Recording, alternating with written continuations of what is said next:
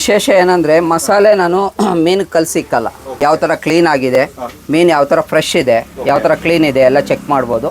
ಮೀನು ನೋಡಿನೇ ಅವ್ರು ತೊಗೊಬೋದು. ಇಂಥ ಮೀನು ಬೇಕಂದ್ರೆ ಅಂಥ ಮೀನು ಆವಾಗ ತಕ್ಷಣಕ್ಕೆ ಮಸಾಲೆ ಹಾಕಿ ಕೊಡ್ತೀವಿ, ಅದೇ ಟೇಸ್ಟ್ ಬರ್ತಾ ಇದೆ. ನಾವು ಊರು ಹಾಕಿ ಇಡೋದಿಲ್ಲ. ಊರು ಹಾಕಿ ಯಾಕೆ ಇಡ್ತಾರೆ ಅಂದರೆ ಮೀನು ಒಳಗಡೆ ಯಾವುದು ಚೆನ್ನಾಗಿಲ್ಲ, ಆ ಮೀನನ್ನ ಊರು ಹಾಕಿ ಇಡ್ತಾರೆ. ಊರು ಹಾಕಿಟ್ರೆ ಟೇಸ್ಟು ಬರ್ತದೆ.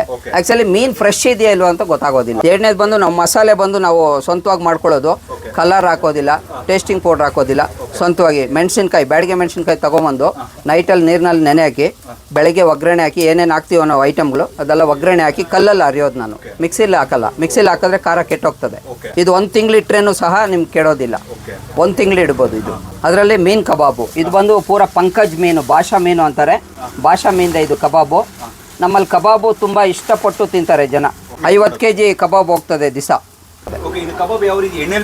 ಎಣ್ಣೆಲೆಲ್ಲ ಫ್ರೈ ತವ ಮೇಲೆನೆ. ಈಗೇನು ಬರೀ ಗೋಲ್ಡ್ ವಿನ್ನರ್ ಬಿಟ್ಟರೆ ಬೇರೆ ಯಾವುದು ಹಾಕಲ್ಲ. ಯಾಕಂದರೆ ಕಸ್ಟಮರು ಸಹ ತುಂಬ ಇಷ್ಟಪಡಬೇಕು ಯಾವ್ದು ಹಾಕ್ತಾರೆ ಎಣ್ಣೆ ಅಂತ. ಅಂಗಡಿನಲ್ಲಿ ಸ್ಪೆಷಲ್ಲು ಫಿಶ್ ಕಬಾಬು ಮತ್ತು ಪ್ರಾನ್ಸು, ಸ್ಕ್ರ್ಯಾಬು, ಏಡಿಕಾಯಿ. ಇಲ್ಲಿ ನಮ್ಮ 150 kg ಫಿಶ್ ಹೊಡ್ತದೆ. ಲೊಕೇಶನ್ ರಮೇಶ್ ತವಾ ಫಿಶ್ ಫ್ರೈ. ರಮೇಶ್ ತವಾ ಫಿಶ್ ಫ್ರೈ ಅಂತ ಹಾಕಿದ್ರೆ ಗೂಗಲಲ್ಲಿ ಕರೆಕ್ಟಾಗಿ ನಮ್ಮ ಲೊಕೇಶನ್ ಬರುತ್ತೆ.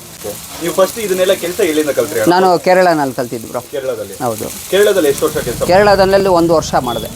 1 ವರ್ಷ ಅಲ್ಲಿ ಡ್ರೈವರ್ ಕೆಲಸ ಮಾಡಿಕೊಂಡು ಹಂಗೆ ಮೀನು ಹಾಕೋದು ಕಲ್ತ್ಕೊಂಡೆ.